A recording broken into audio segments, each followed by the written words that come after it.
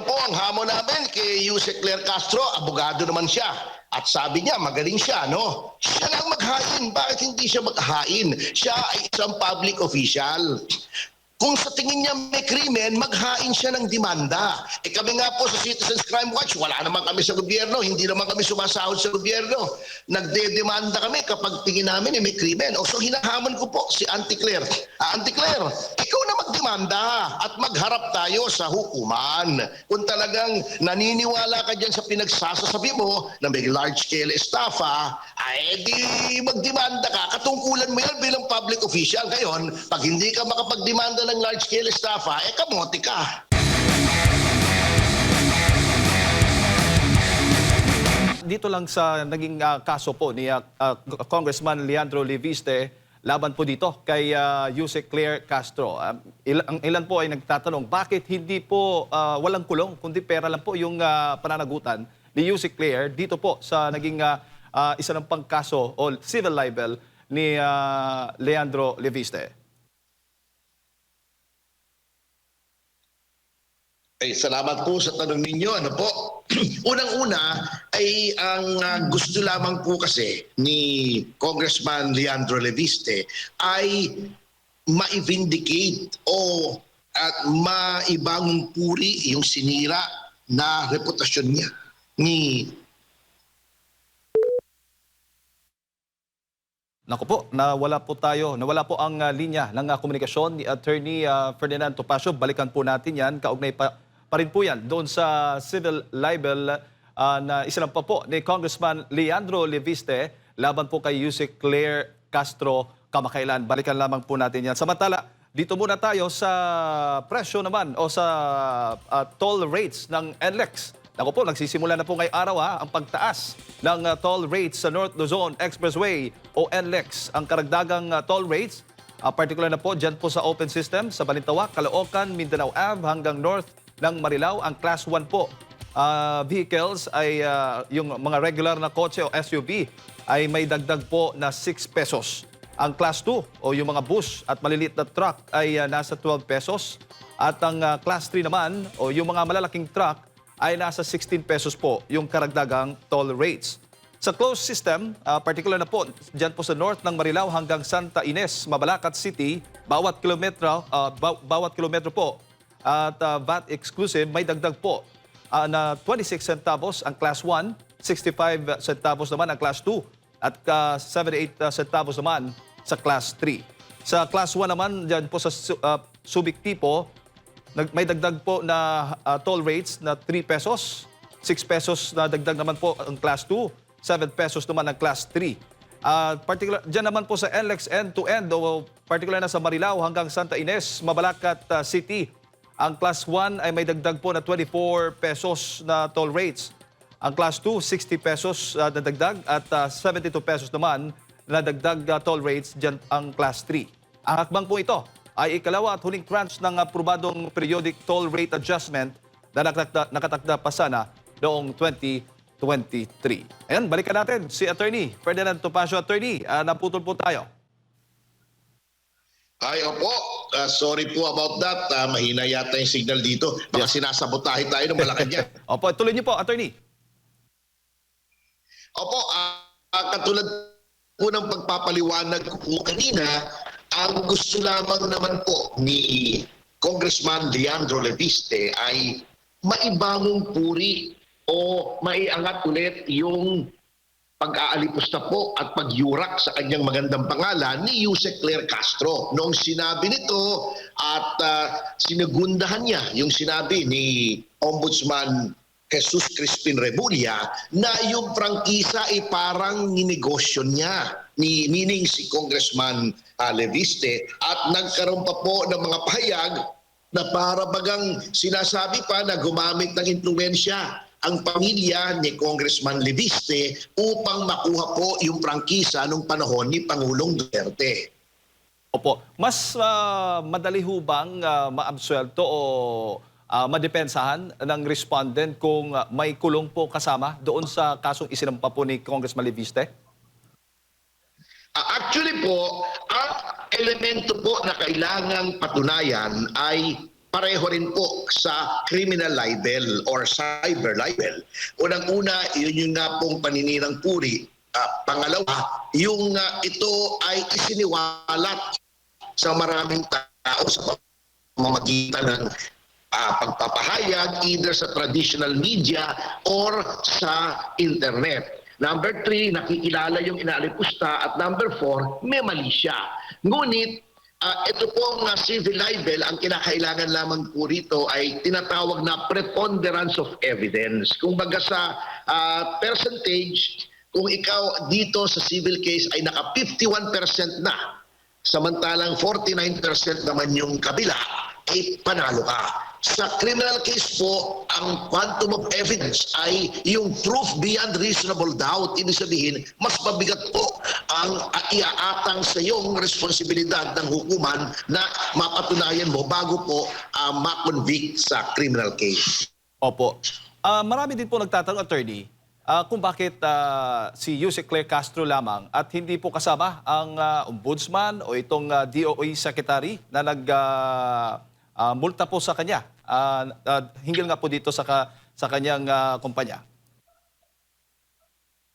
Unang-una po, yung tungkol po kay Ombudsman Remulla, ay hihintayin pa po natin yung sinasabi niyang iimbestigahan si Congressman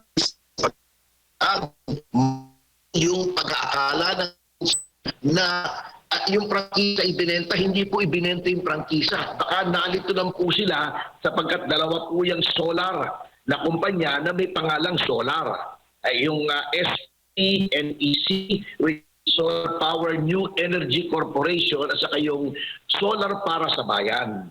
Yun naman po sa Department of Energy, yun po ay by administrative remedies naman po kami. Sapagkat baka po akala ng iba, since napatawan po ng 24 billion na multa, yun na yun at kailangan bayaran. Yan po ay mayroon pang administrative proceedings. Pwede pa po kami diyang mag-question kung bakit 24 billion. Pwede po kaming humingi ng third-party technical audit para malaman kung saan kinuha yung 24 billion at pwede pa rin po kami mag-motion for reconsideration at may mga depensa. At kung kinakailangan po, iyan naman po ay pwede pa rin dumating sa hukuman. Sapagkat pwede pa rin i-review ng hukuman ang kahit anong gawain ng Department of Energy or any department under the expanded judicial powers of review of the Supreme Court sa ilalim ng ating bagong saligang batas. Opo. Doon sa ombudsman, attorney, sinasabi may koneksyon o mano itong si Congressman Leandro Leviste sa nagdaang administrasyon. Opo, yun ang pinalalabas nila, ay yun po rin ang lalong inamplifier ni Yusek Claire Castro. Actually, ito pong kanyang vlog o podcast na subject nitong aming demanda sa Balayan ay isa lamang po yan. May 15 na po na mga vlogs si Auntie Claire na walang ginawa kundi sirain ang reputasyon ni Congressman Leandro Leviste. At ito ay nagsimula lamang noong inilabas ni Congressman Leviste yung tinatawag na Cabral Files. Pati yung DOE po, nagtataka kami, 2003 pa daw yung problema, 2004, bakit ngayon lamang inilalabas? Kaya nagtataka po kami, sabay-sabay po yan eh. Umpisa nung naging kritiko ng pamahalaan si Congressman Leviste, isa-isa na po yan, DOE, Ombudsman, pati na si Auntie Claire na hindi naman talaga niya trabaho yan kung tutuusin sapagkat siya ay presidential spokesman. Ay nagtataka po kami kung bakit they're all ganging up on Congressman Leviste. Po. So ang ibig sabihin, possible po, attorney, sa nakikita po ninyo, yung magiging senaryo nito ay matutulad doon kay Congressman Kiko Barzaga na matanggal dyan sa Kamara. Parang ganun po, attorney.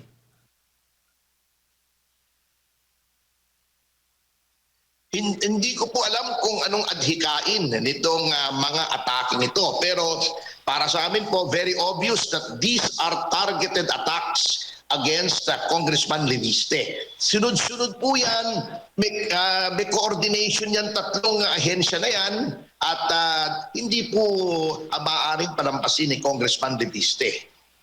Opo. Attorney, ang sinasabi, ang solar energy franchise ay pinagkaloob noong 2019 sa ilalim ng Duterte administration. Sa legal ba na perspective, Opo. attorney, sapat bang basihan yung timing ng pagkakaloob ng prangkisa para maghinala ng irregularidad? Hindi po sapagkat ay kung gustong palabasin ni Auntie Claire na siya ay ang nagbibigay ng prangkisa ay ang Pangulo, nagkakamali po siya. Kaya nagtataka nga ako kung bakit Duterte ng Duterte yung sinasabi niya para naman siyang hindi abogado. Ang nagbibigay po ng prangkisa ay ang legislatura. Legislative franchise po yan. Yan po ay unang sinusulong sa mababang kapulungan. Yan po ay pinagdedebatihan, sinusuri, sinisiyasat. Pagkatapos po kung yan ay papasa sa mababang kapulungan, iaangat pa po yan sa Senado at doon na naman pagdedebatihan, etc. At sa aming records po ay pumasa naman to sa Senado. And then, saka po lalagdaan ng Pangulo kung wala namang masama. At ito pong proyektong ito, kahit nagpalit na po yung administrasyon, ang nagpasinaya po rito ay si Pangulong Bongbong Marcos. At palay pa nga ang puri niya rito sa proyektong ito. Pagkatapos, darating yung kanyang mga tauhan, i-questionin yung isang bentahan na lumusot naman po at siniyasat din, sinuri ng Securities and Exchange Commission na regulatory body ng gobyerno sa mga ganitong bentahan at ng Philippine Stock Exchange. Yung Philippine Stock Exchange po, napakahigpit po noon sa mga listed companies. Pagkatapos, questionin nila. Yun ang aming kinakataka. At isa pa, attorney, sinasabi din po ni Yusek Claire na maaring maharap po si Representative Leandro Leviste sa large-scale estafa. Sa ilalim ho ba ng batas, ano ho ba yung maaring kailangang patunayan muna bago masabi mong may large-scale estafa? Ito po ang hamon namin kay Yusek Claire Castro, abogado naman siya. At sabi niya, magaling siya, no? Siya lang maghain. Bakit hindi siya maghain? Siya ay isang public official. Kung sa tingin niya may krimen, maghain siya ng demanda. Kami nga po sa Citizens Crime Watch, wala naman kami sa gobyerno, hindi naman kami sumasahod sa gobyerno. Nagdedemanda kami kapag tingin namin may krimen. So hinahamon ko po si Auntie Claire. Auntie Claire, ikaw na magdemanda at magharap tayo sa hukuman. Kung talagang naniniwala ka dyan sa pinagsasasabi mo na may large-scale estafa, di magdemanda ka. Katungkulan mo yan bilang public official. Ngayon, pag hindi ka makapagdemanda ng large-scale estafa, kamote ka. Opo, kung ikukumpara mo sa libel, attorney, mas mabigat itong estafa at itong ginagamit na depensa para o panakot ng kabilang panig laban po dito sa nag-akusa. Opo, at saka baka nakakalimutan ni Atty. Castro na meron pong tinatawag na separate juridical personality ang korporasyon. A corporation only acts through its board of directors. Hindi po porkit ikaw ang nagtatag ng korporasyon, ikaw ang nasusunod doon.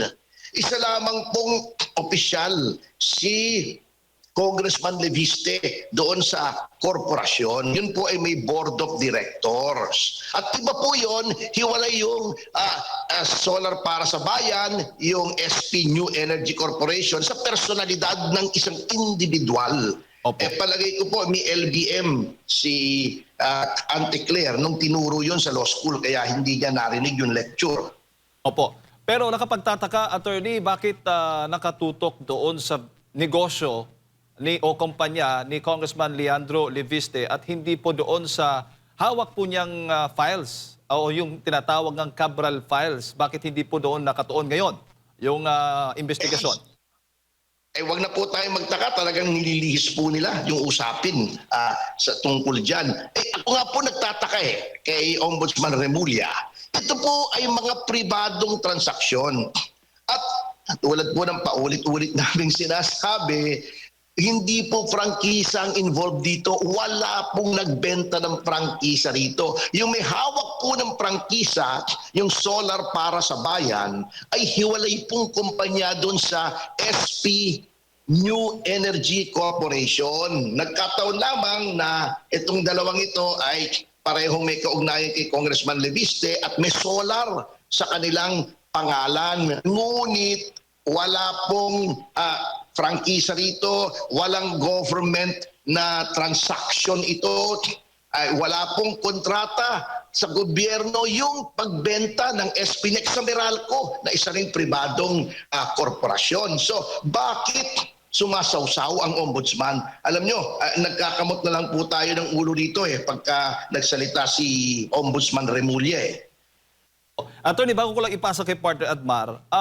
parang lumalabas po na ganito bang tingin po ninyo na ipinapalabas na si Congressman Leandro Leviste ay habang siya ay naging congressman na, ay may mga kumpanya pa na may kontrata sa gobyerno. At kapag ganun po ay napatunayan, ay possible na siya po ay madidiskwalipika o matatanggal dahil labag po iyon sa batas. Tama ho ba?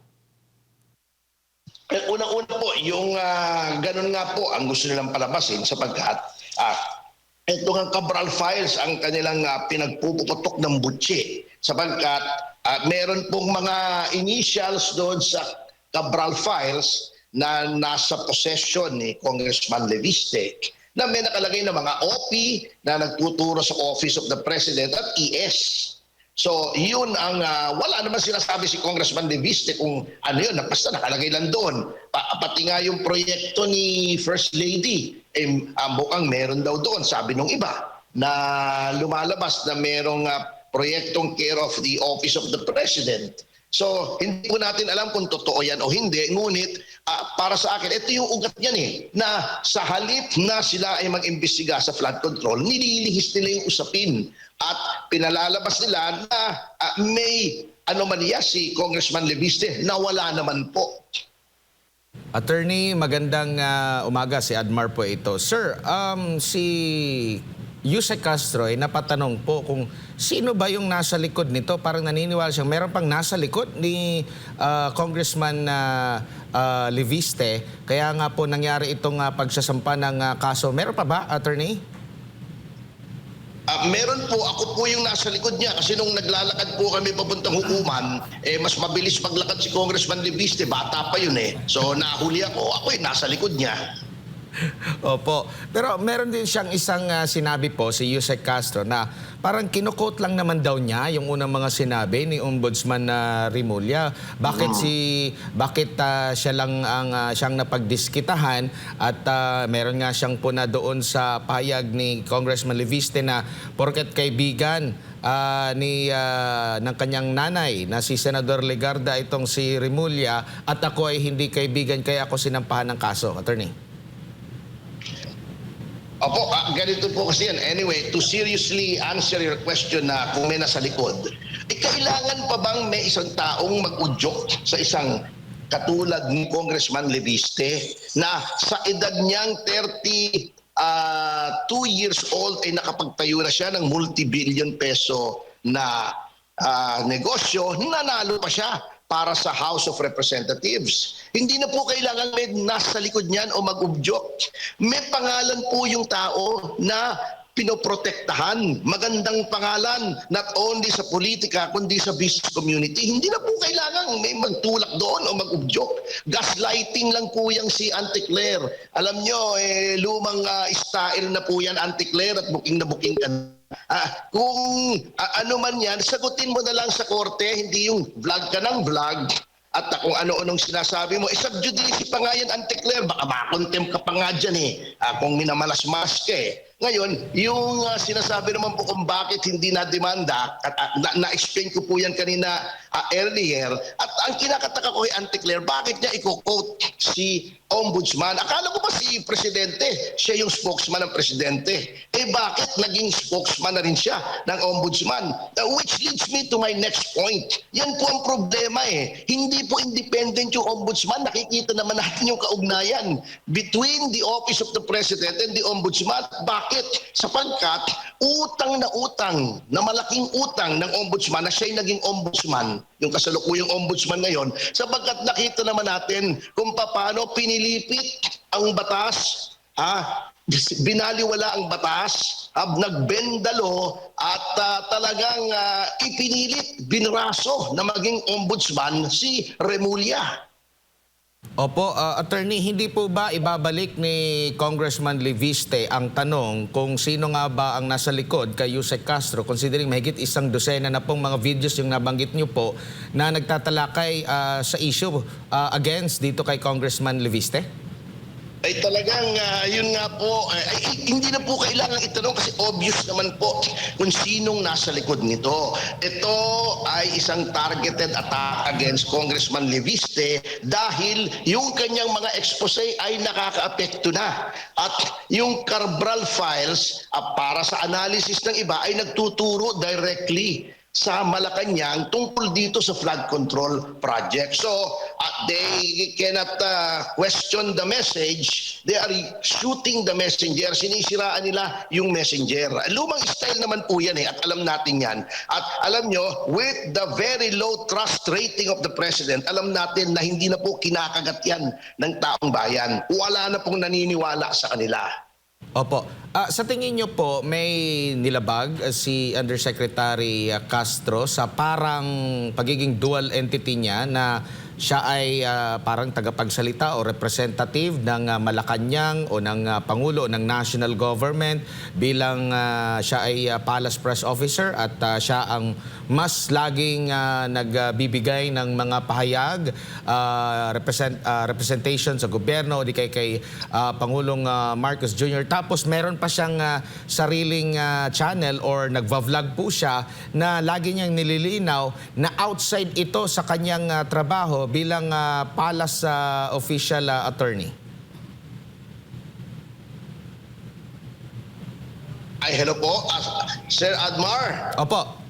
Opo, ulitin ko lang po. Medyo hindi ko po, pasensya na po kayo, medyo nag-garble po yung last part yung question nyo. Maaari po bang pakiulit po, please? Opo, ulitin ko lang po. Meron po ba kayo nakikitang paglabag dito kay Yusek Castro, considering siya po ay nagiging representative ng ating government, tagapagsalita ng ating national government, at the same time sa Pangulong Bongbong Marcos, tapos meron pa siyang parang separate na kanyang opinion sa kanyang vlog at lagi niyang sinasabi na outside daw ito sa kanyang pagiging undersecretary or pagiging palace official po, attorney?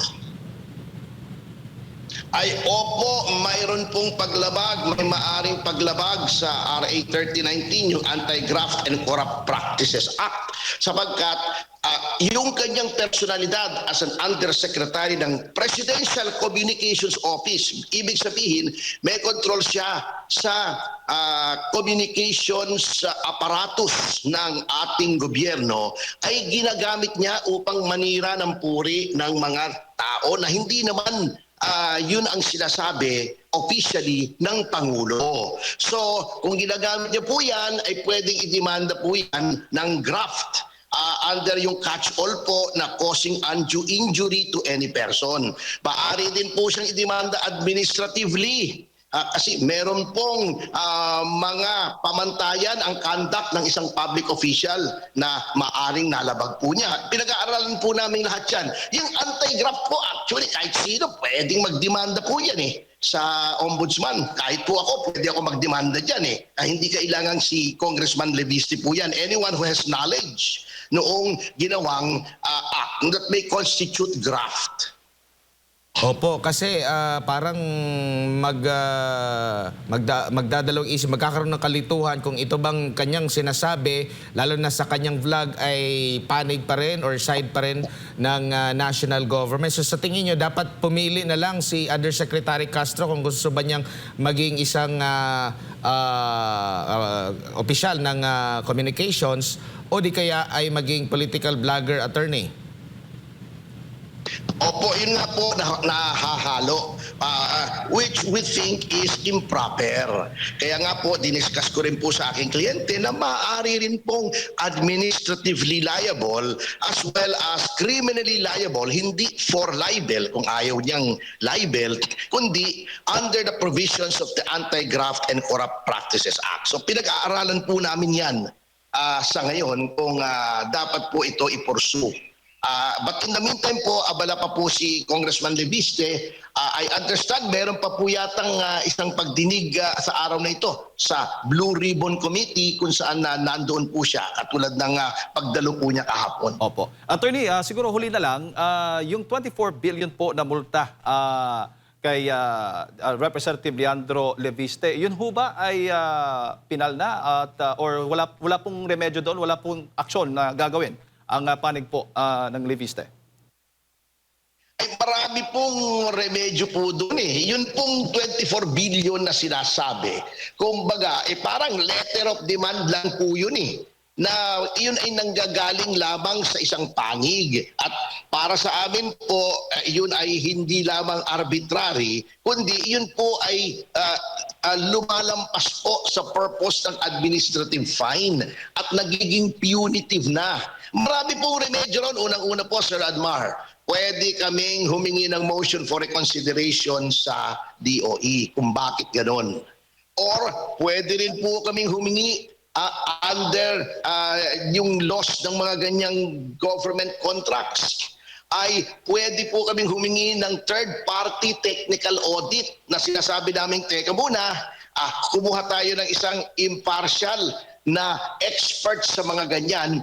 Tignan niya kung talagang 24 billion ba ang nasuffer ng gobyerno. Kasi ang dami pong kinarga roon na para po sa amin ay hindi po dapat ikinarga. Number 3, ay tignan natin yung reason kung bakit hindi nakapag-operate. Kasi ang nangyari po dyan, if ang tinatawag po dyan force majeure, ang ibig sabihin factors beyond the control. May mga regulatory bottlenecks po yan. Alam niyo, napakahaba po niyan kung ikwentuhin natin. Kasi alam niyo naman po rito sa Pilipinas, suffice it to say na dito sa Pilipinas, pag may bagong player sa isang industriya, yung mga datihan na, yung mga matatanda na sa ganyang negosyo, ay hinaharang nila yung bago. Yun ang tinatawag na talangka mentality. Ayaw nilang may umangat na bagong player kasi threatened yung kanilang traditional na mga negosyo na yung energy nila ay galing sa fossil fuels, yung nakaka-pollute ng environment, ayaw nila ng solar,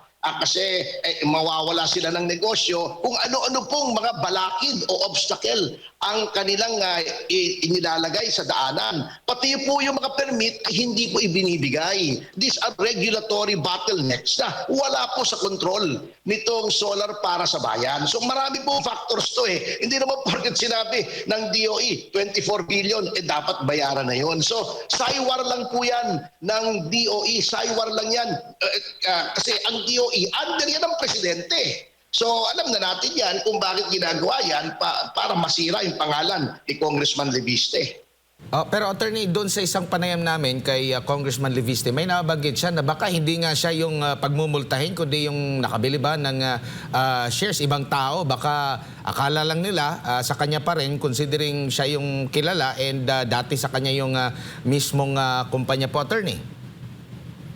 Yun nga po ang sinasabi ko, puro disinformation and misinformation. Sapagkat kasama po yan eh, under corporate practice po. Kapag ang kumpanya mo ay binili ng isang kumpanya at lalo na ganyan kalaking bilihan na bilyon ang involved, ano po?